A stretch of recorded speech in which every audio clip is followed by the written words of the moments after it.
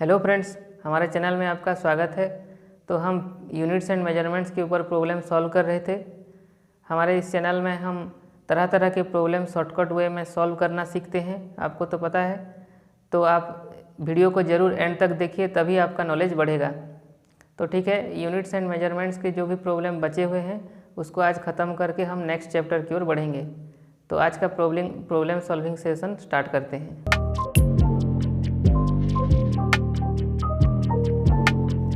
पहला क्वेश्चन देखिए, the dimensions of alpha by beta in the equation f equal to alpha minus T square divided by beta V square, where f is the force, v is velocity and t is time is. Question में equation given है, बोल रहा है alpha by beta का dimension कितना होगा। ठीक है, तो हमने पिछले वीडियो में आपको बताया था कि सेम क्वांटिटी ही ऐड हो पाता है डायमेंशनल एनालिसिस में। तो अल्फ़ा का जितना डायमेंशन टी स्क्वायर का भी उतना ही डायमेंशन। तो क्या हो गया, alpha equal to T square, यानी इसका डायमेंशन हो गया टी टू द पावर 2। ठीक है, तो अल्फ़ा का तो हो गया, अभी बीटा का निकालना है। तो क्या लिखेंगे, f equal to T square, क्योंकि एक बार ही लिखना है, एक बार ही लिखेंगे इसको, क्योंकि दोनों के डायमेंशन सेम हो चुके हैं, divided by beta V square. ठीक है, तो अभी बीटा का निकालना है, तो बीटा इक्वल टू कितना हो जाएगा, टी स्क्वायर बाय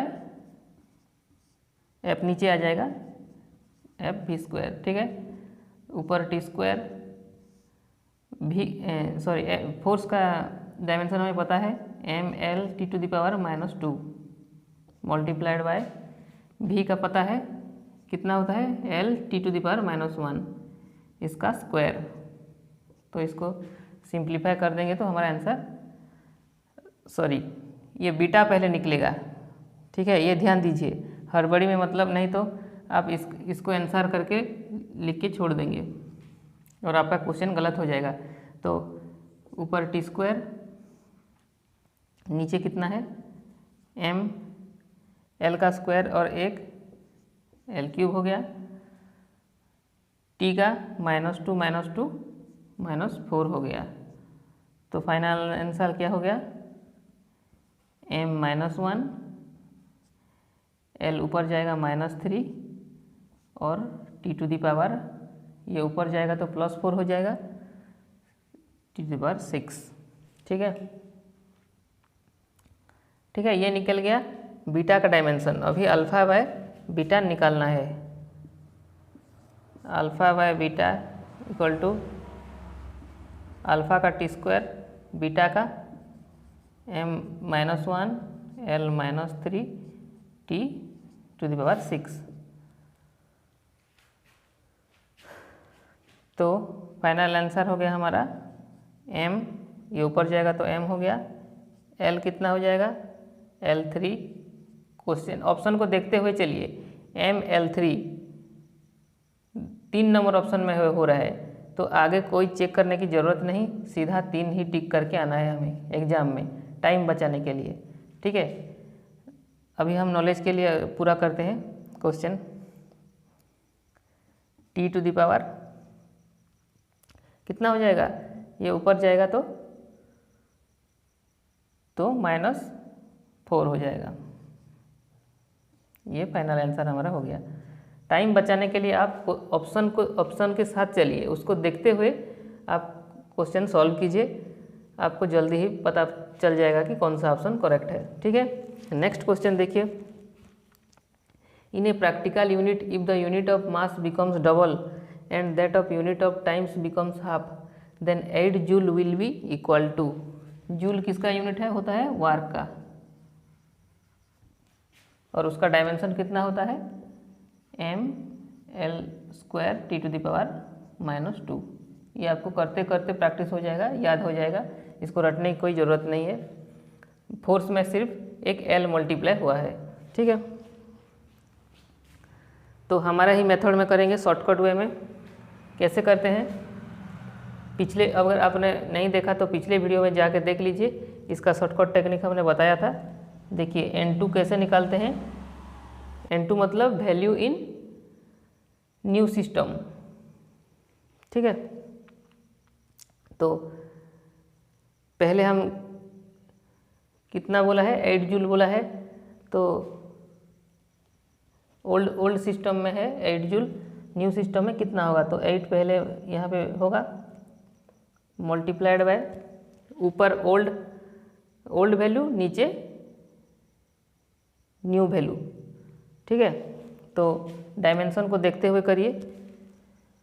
मास का कितना है, क्या बोला है, मास बिकम्स डबल, तो पहले हम 1 था और बाद में 2 हो गया, तो m का पावर कुछ भी नहीं, तो यही रहने देते हैं।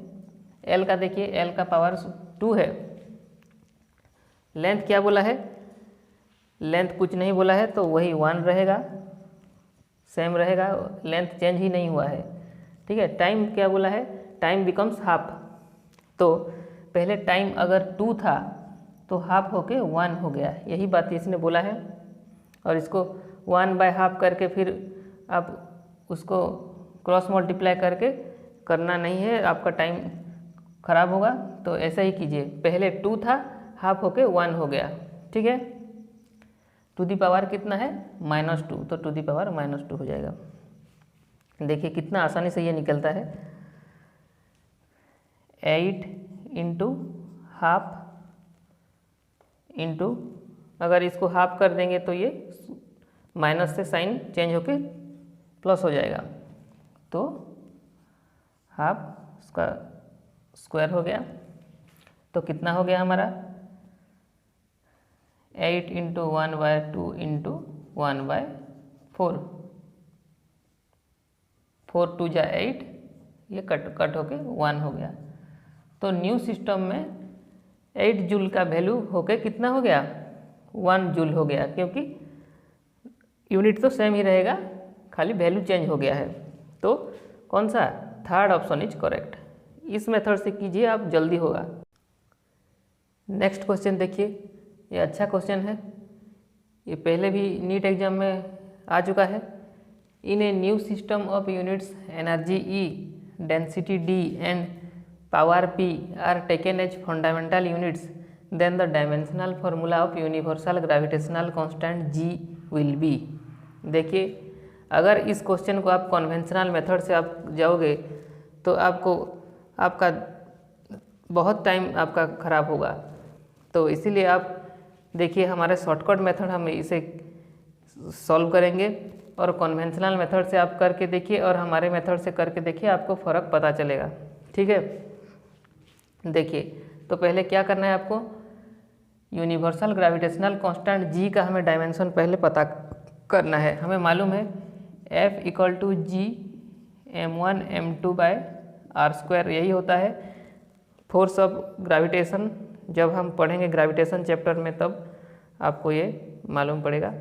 तो यहाँ से G = हो जाता है G = Fr²,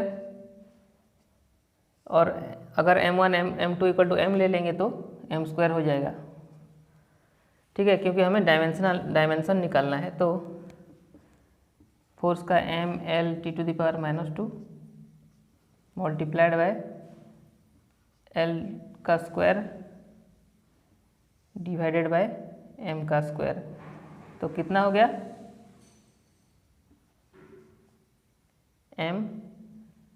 m⁻⁻1 L का 3 L⁻3 और T का -2, यही हो गया हमारा यूनिवर्सल ग्रेविटेशनल कांस्टेंट का डायमेंशन, ठीक है। अब क्या करेंगे, जो टर्म गिवन है ऑप्शन में उसको हम उसके डायमेंशन को हम लिखेंगे, ठीक है। ई क्या है यहाँ पे, एनर्जी, उसका डायमेंशन हमें पता है mL²T⁻², ठीक है। डी क्या है, डेंसिटी, डी का भी हमें मालूम है mL⁻³ मास पर वॉल्यूम, पावर का हमें पावर देखिए क्या होता है, वर्क बाय टाइम होता है।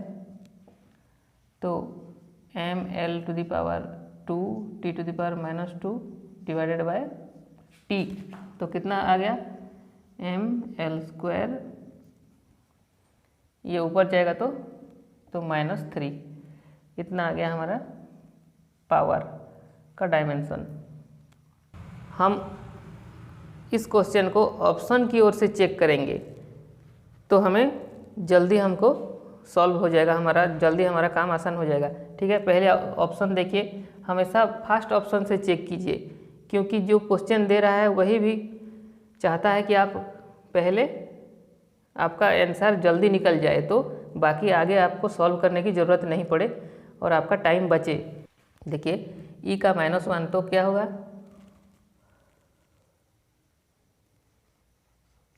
इसके भी -1 हो जाएगा, यहाँ पे मल्टीप्लाई हो जाएगा तो -2, और t⁻1 मल्टीप्लाई हो गया तो 2 हो गया।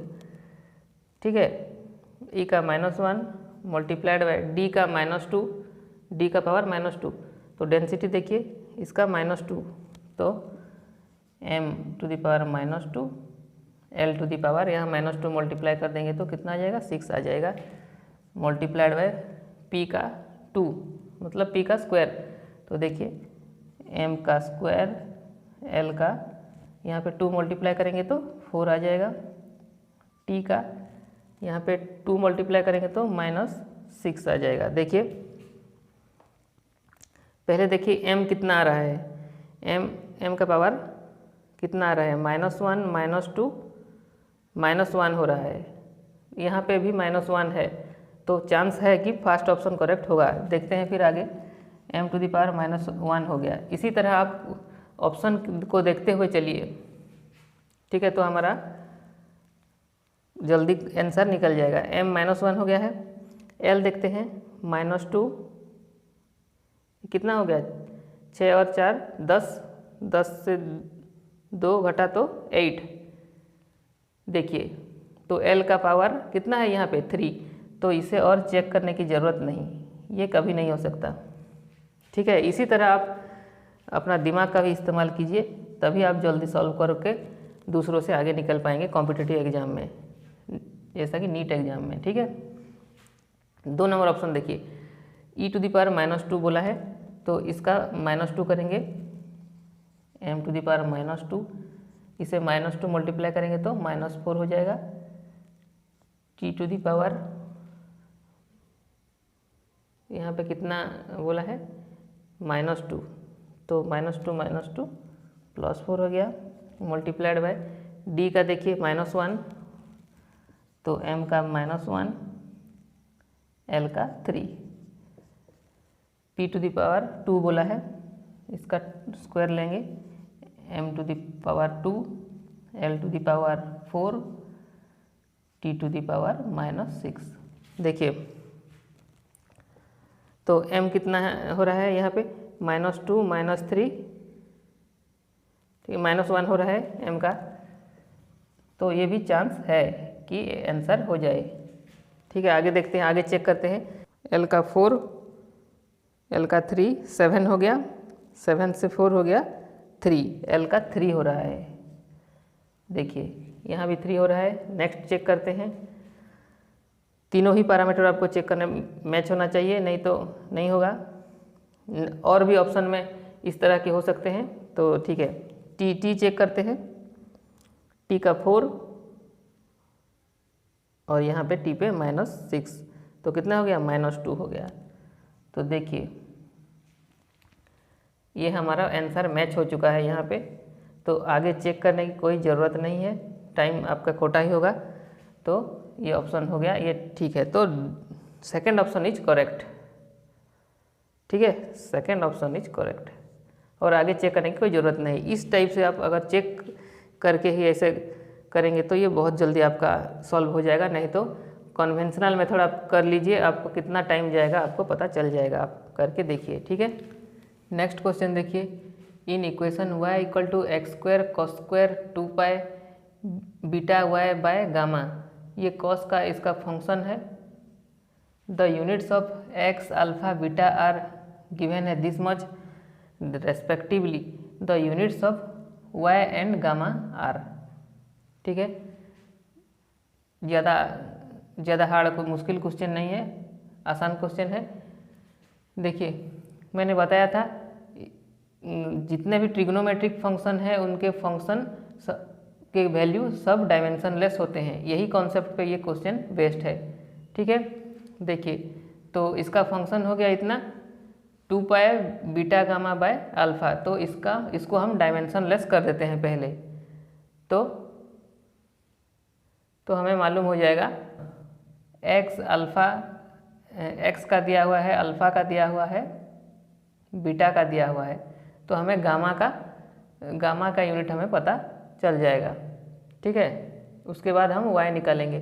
ठीक है, चलिए करते हैं। तो इसको तो नेगलेक्ट करना है, ये तो डायमेंशनल कांस्टेंट है ये, तो beta gamma by alpha equal to dimensionless मतलब m0 L0 T0। ठीक है, तो ये सारे यूनिट में दिया है, कोई बात नहीं, यूनिट डायमेंशन वही है, हम इसका यूनिट को लिखेंगे, टी के जगह हम सेकंड लेंगे और एल के जगह हम मीटर लेंगे। ठीक है, ये हर एम मतलब ये मीटर में ही है, अगर मास होता तो यह केजी में दिया होता।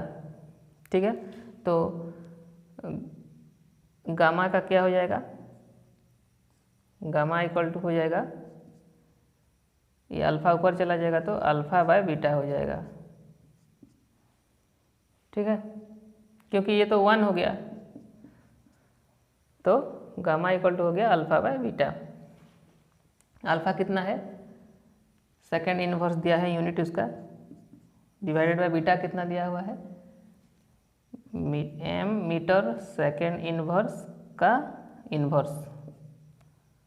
देखिए तो m का भी इन्वर्स है तो ऊपर चला जाएगा, m हो गया, s का इन्वर्स ये मल्टीप्लाई कर देंगे तो s हो गया, ऊपर जाएगा तो -1 हो जाएगा, तो m(s)⁻²। ये हो गया हमारा गामा का यूनिट।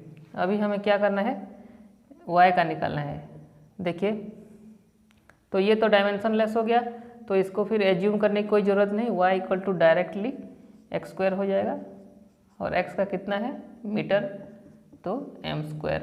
ठीक है, तो देखिए the units of y and gamma respectively बोला है। देखिए यहाँ पे यही बात ध्यान दीजिए, रेस्पेक्टिवली बोला है मतलब पहले y का हमें लिखना पड़ेगा, y का मीटर² हो गया और गामा का बाद में लिखेंगे m(s)⁻²। तो कौन सा ऑप्शन है, फर्स्ट ऑप्शन इज करेक्ट। ठीक है, क्वेश्चन आसान है, ज़्यादा मुश्किल नहीं, खाली आपको पता होना चाहिए कि ट्रिग्नोमेट्रिक फंक्शन का वैल्यू डायमेंशनलेस होता है। ठीक है, वो डायमेंशनलेस क्वांटिटी होता है ट्रिग्नोमेट्रिक फंक्शन का। ठीक है, नेक्स्ट क्वेश्चन देखिए, E, M, J and G denotes energy, mass, angular momentum and gravitational constant respectively.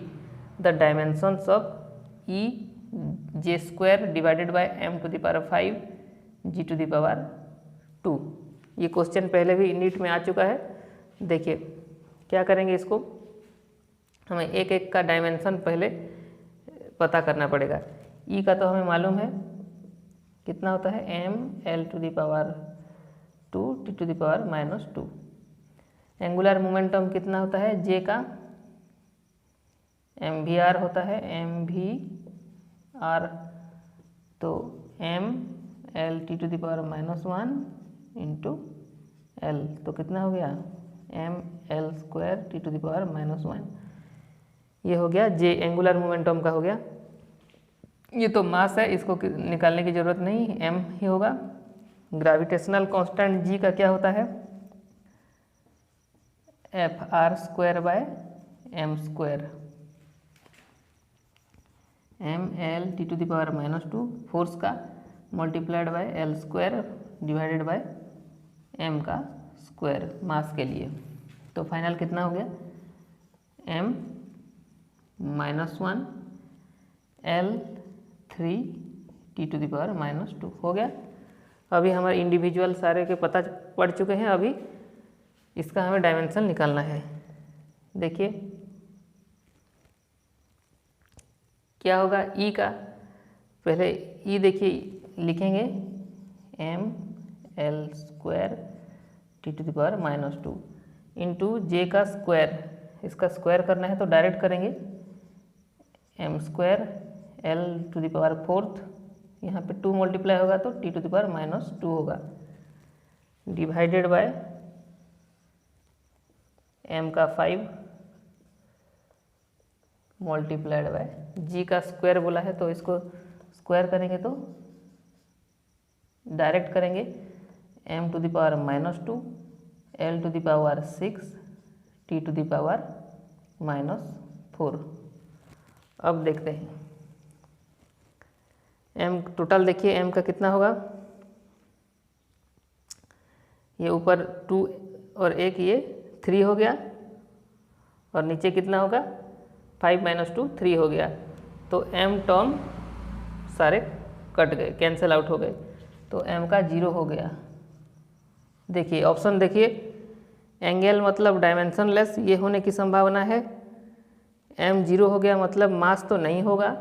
एक ऑप्शन को आपने पहले से ही काट लिया, मास तो नहीं हो सकता क्योंकि m का यहाँ पे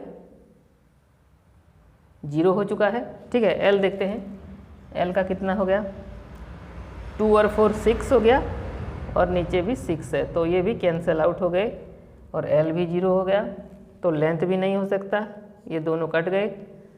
ठीक है, तो देखते हैं t कितना होगा, तो t का देखते हैं -2 - 2 -4, ये भी कैंसिल आउट होकर 0 हो गया, तो ये डायमेंशन लेस हो चुका है, तो टाइम भी नहीं हो सकता। तो कौन सा बचा, एंगल। एंगल एक डायमेंशन लेस क्वांटिटी है, तो यही आंसर होगा, फर्स्ट ऑप्शन इज करेक्ट। ठीक है, नेक्स्ट क्वेश्चन देखिए, if P represents radiation pressure, C represents speed of light and I represents radiation energy striking a unit area per second, then P⁻x I⁻y C⁻z will be dimensionless for option given है। तो ठीक है, हमें पहले एक एक का dimension निकालना पड़ेगा। रेडिएशन प्रेशर मतलब वही प्रेशर का ही डायमेंशन यहीं पे अप्लाई होगा, तो P = फोर्स बाय एरिया होता है प्रेशर का, तो डायमेंशन कितना हो जाएगा ml⁻⁻2 डिवाइडेड बाय L², तो L⁻⁻1 हो गया, T⁻⁻2 हो गया। ये हो गया रेडिएशन प्रेशर, P का निकल गया। C का तो हमें मालूम है, वेलोसिटी ऑफ लाइट या स्पीड ऑफ लाइट, डायमेंशन तो एक ही होगा, L⁻⁻1। ठीक है, I represents radiation energy striking a unit area per unit second. क्या इसका मतलब क्या है, I = एनर्जी E होता है divided by per unit area मतलब A पर यूनिट टाइम, तो AT। तो क्या हो जाएगा डायमेंशन इसका, एनर्जी का हमें मालूम है ml² T⁻⁻2 divided by L² × T, ये कैंसिल आउट हो गया, तो कितना हुआ m T⁻, ये ऊपर जाएगा तो -1, तो T⁻³ हो गया। ठीक है,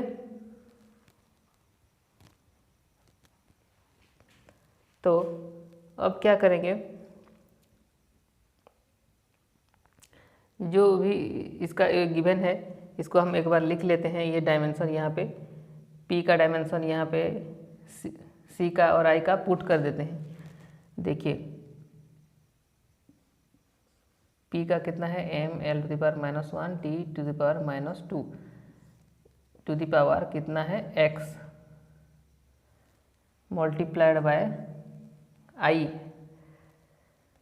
I का कितना है m⁻³ to the power y multiplied by C L⁻⁻1 to the power Z. तो ठीक है, अब क्या करते हैं इसको शॉर्टकट जल्दी कैसे निकालेंगे, शॉर्टकट वे में ऑप्शन की ओर से चेक करेंगे तो तभी हमको जल्द ही आंसर मिल पाएगा, हमारा काम आसान होगा। ठीक है, तो ऑप्शन 1 पहले चेक कर लेते हैं। x = 0 है, मतलब इसको यहाँ पे 0 पुट कर दीजिए मन ही मन, मतलब ये टर्म पूरा गायब होगा। तो y = z बोल रहा है, y = z पुट करेंगे मतलब यहाँ पे 1 और यहाँ पे 1 पुट करेंगे मन ही मन, तो कितना होगा देखते हैं।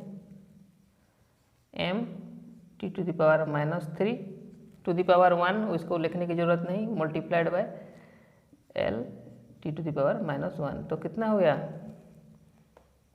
डायमेंशन लेस होना चाहिए बोल रहा है, will be dimensionless for, तो यहाँ डायमेंशन लेस तो नहीं होगा, m तो 1 हो गया, m का 1 हो गया है तो डायमेंशन लेस कभी भी नहीं होगा, तो इसे और चेक करने की कोई ज़रूरत नहीं।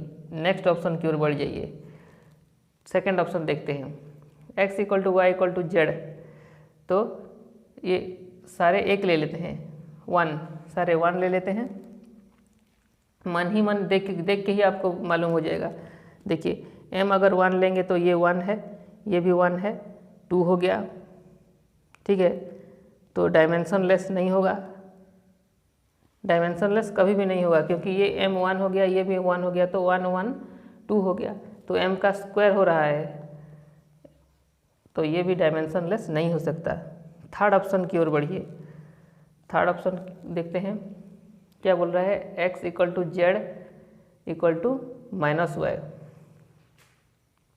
ठीक है, लिख लेते हैं इसको, x को 1 लेंगे, z को भी 1 लेंगे, इसको -1 लेंगे, तो देखते हैं m l⁻⁻1 t⁻⁻2, इसको 1 लिया, मल्टीप्लाइड बाय इसको भी 1 लेंगे तो l(t⁻⁻1) मल्टीप्लाइड बाय इसको हम -1 लेंगे तो m⁻⁻1 और t का ये प्लस हो जाएगा साइन। तो देखते हैं m कैंसिल आउट हो रहा है, l देखिए l भी कैंसिल आउट हो रहा है, t देखिए -3 हो रहा है, ये +3, ये हमारा डायमेंशन लेस निकल चुका है, m0 l0 t0, तो थर्ड ऑप्शन इज करेक्ट। ठीक है, इस तरह से आप अगर ऑप्शन की ओर से चेक करेंगे तो आपका काम बहुत आसान होगा, आपका काफ़ी टाइम बचेगा और आप दूसरों से आगे निकल सकते हैं। ठीक है, तो third option is correct.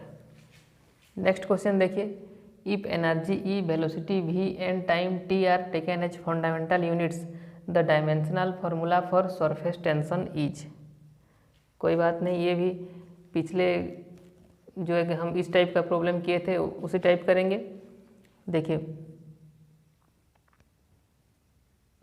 Surface tension क्या होता है, सरफेस टेंशन का फॉर्मूला होता है फोर्स पर यूनिट लेंथ, तो इसका डायमेंशन क्या हो जाएगा, यहाँ पे L यहाँ पे नहीं लगेगा, ये ओमिट हो जाएगा, m(t⁻⁻2).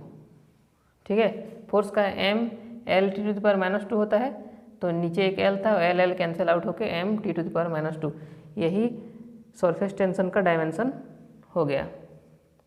ठीक है, अब क्या करेंगे हम इंडिविजुअल सबके डायमेंशन लिखेंगे। एनर्जी, हाँ ई एनर्जी है, तो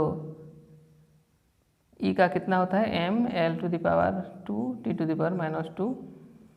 ठीक है, वेलोसिटी का l(t⁻⁻1), टाइम का तो t ही होता है। तो ठीक है, अब देखते हैं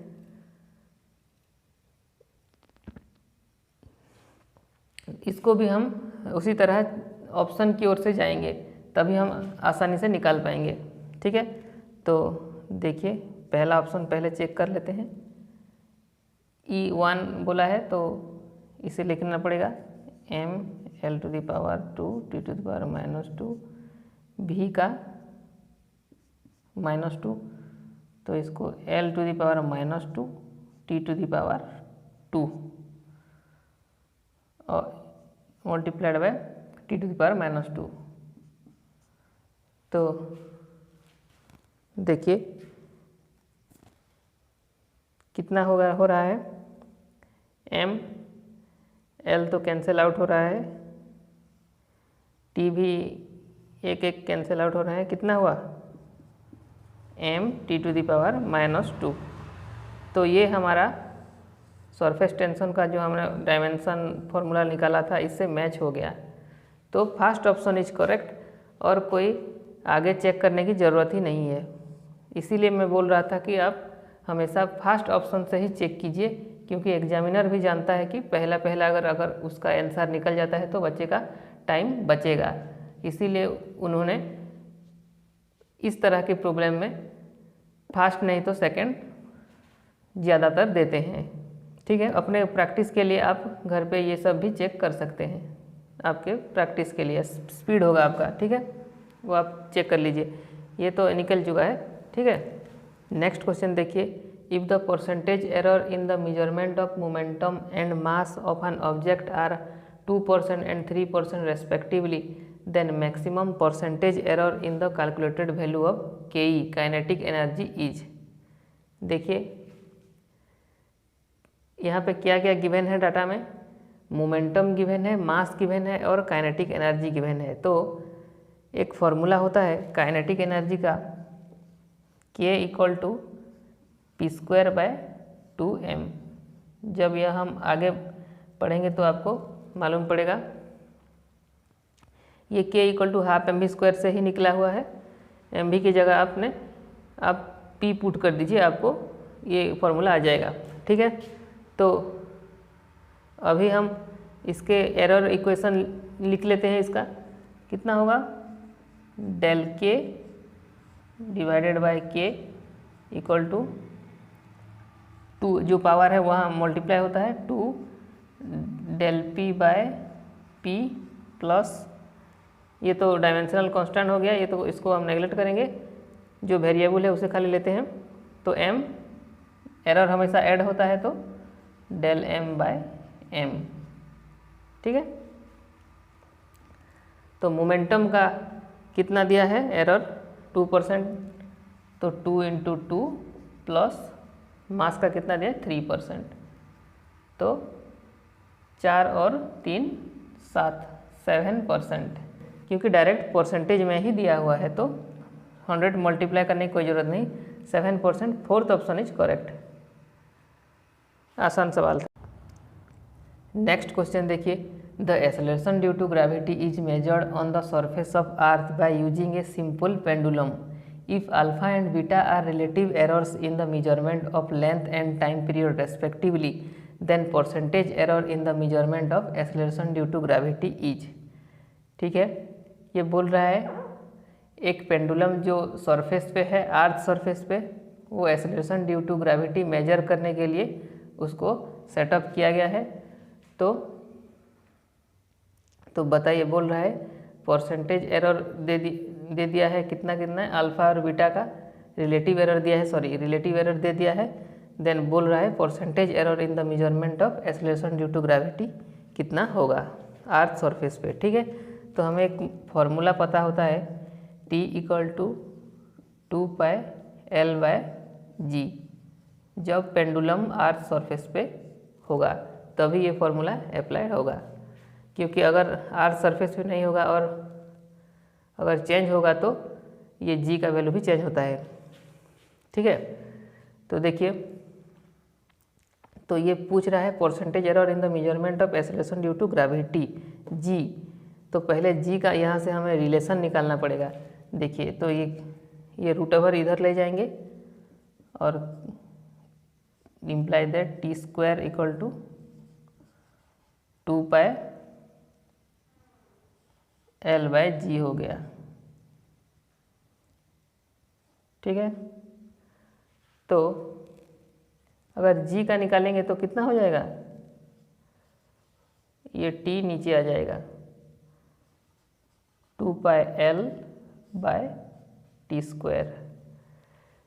अब इसी से हमें एरर इक्वेशन निकालना है। एरर इक्वेशन क्या होगा, del g/g = 2π तो कांस्टेंट हो गया, उसको नेगलेक्ट करते हैं। l कितना है, l है ये वेरिएबल है, तो del L by L plus T to the power 2 है तो 2, एरर हमेशा ऐड होता है चाहे वो नीचे हो या ऊपर, ठीक है, एरर हमेशा ऐड होता है। 2 डेल टी बाय टी, ठीक है, ये डेल है। तो लेंथ का डेल एल बाय एल दिया हुआ है, रिलेटिव एरर यही है, तो डेल एल बाय एल कितना दिया हुआ है, alpha.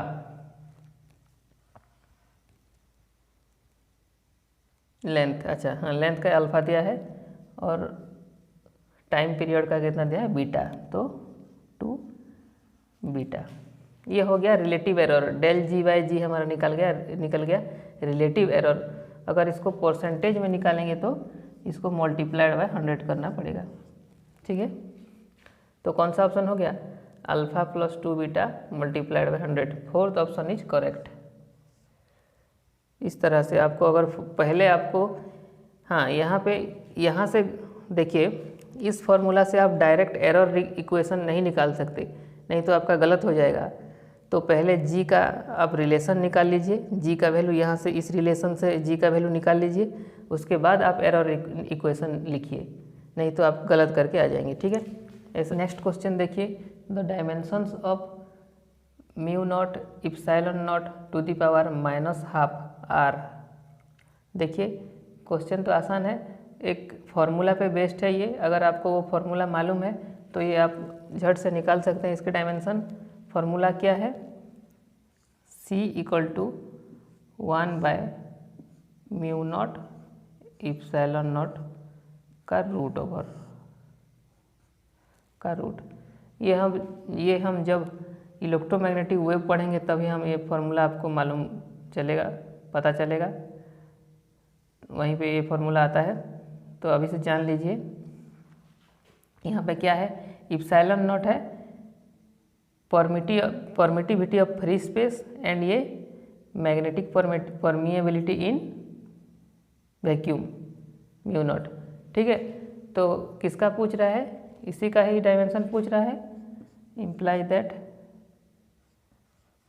Mu naught epsilon not, ये नीचे है तो यही इसका टू द पावर -12 भी लिख सकते हैं हम इसे, इक्वल टू सी का डायमेंशन हमें पता है ये क्या है, वेलोसिटी ऑफ लाइट, वेलोसिटी का dimension L t to the power -1, तो फोर्थ ऑप्शन इज करेक्ट। अगर ये फॉर्मूला आपको मालूम है तो आप झट से इसको निकाल सकते हैं, ठीक है, तो fourth option is correct. Next question देखिए, the dimensions of half epsilon naught into E square where epsilon naught is permittivity of free space and E is electric field, ठीक है। ये भी हम जब इलेक्ट्रोस्टैटिक पढ़ेंगे तो एक फॉर्मूला होता है, देखिए, energy per unit volume U/V, energy stored per unit volume equal to होता है जो गिवन है क्वेश्चन में, half epsilon naught into E square. E यहाँ पे एक इलेक्ट्रिक फील्ड है। इलेक्ट्रिक फील्ड क्या होता है, इलेक्ट्रिक फील्ड होता है फोर्स पर यूनिट चार्ज, यही इलेक्ट्रिक फील्ड होता है, ठीक है। तो इसका डायमेंशन और इसका डायमेंशन बराबर होगा, तो हम energy per unit volume, energy का फॉर्मूला, सॉरी डायमेंशन फॉर्मूला कितना होता है, mL to the power 2 t to the power -2 divided by volume का L3। तो डायमेंशन कितना हो गया, mL to the power -1 to the power -2।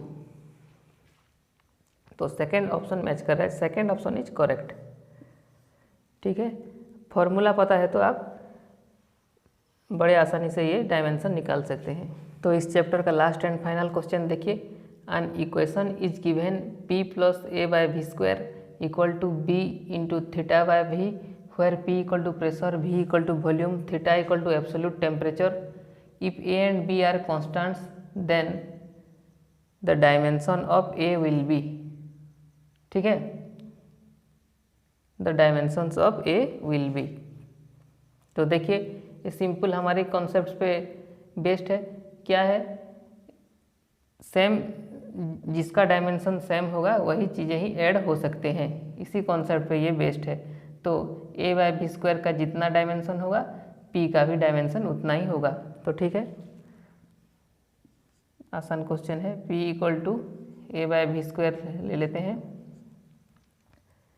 a और b कांस्टेंट है तो a का डायमेंशन हमें निकालना है, तो a का कितना हो जाएगा, p²। ठीक है, तो प्रेशर का डायमेंशन कितना होता है हमें निकालना पड़ेगा। फोर्स बाय एरिया होता है फॉर्मूला, और ये वॉल्यूम का L³ होता है, तो L⁻⁶ हो गया। ठीक है, फोर्स का mL⁻⁻² डिवाइडेड बाय एरिया का L² × L6 इक्वल टू कितना हो गया, 6 और 1 7 में से 2 गया तो 5 mL⁵ T⁻⁻²। तो a का डायमेंशन निकल गया mL⁵ T⁻⁻²। थर्ड ऑप्शन से मैच हो रहा है, तो थर्ड ऑप्शन इज करेक्ट। तो ठीक है, आज के लिए इतना ही। इस चैप्टर को हम यहीं पे ख़त्म करते हैं। जितने भी वैरायटी के इस चैप्टर के बन सकते थे वो हमने कवर करने की कोशिश की है, और जिस मेथड से आपको बताया है उसी मेथड पे आप सॉल्व कीजिए, तो आपका चैप्टर की ओर पकड़ अच्छा रहेगा, और भी ज़्यादा क्वेश्चन सॉल्व करने की कोशिश कीजिए। तो ठीक है, नेक्स्ट वीडियो में हम नए चैप्टर की ओर बढ़ेंगे। तो वीडियो पसंद आए तो लाइक कीजिए और चैनल को सब्सक्राइब कर दीजिए। इस तरह से हम शॉर्टकट मेथड में क्वेश्चन सॉल्व करते रहते हैं। तो ठीक है, मिलते हैं नेक्स्ट वीडियो में, तब तक के लिए बाय।